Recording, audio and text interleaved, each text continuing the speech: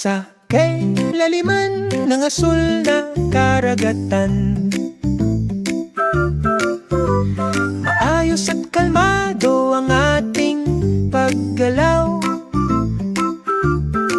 Sinimulan ng kinusubmari ng trabaho nito ang mga kagamitan, at sistema ay nasa tabi nito. Umuugong ang mga alambre, matatag ang mga kable, malinaw at maliwanag ang mga ilaw.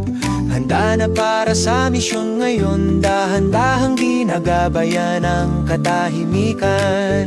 Umugoy si Kinu sa dingding, sinusuri ang mga panel ng hilera. Mahinang kumikislap ang mga safety light, ipinapakita kung saan dumadaloy ang mga agos. Maingat na inis ka ng bawat linya, muling sinusuri ang bawat switch.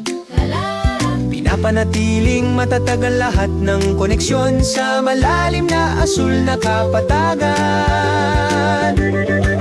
Unti-unting nagpapatuloy ang trabaho, matatag na paggalaw sa dagat. Ang bawat pagkukumpuni ay ginagawa ng mahinahon, pinaplano ng may perpektong pagkakaisa.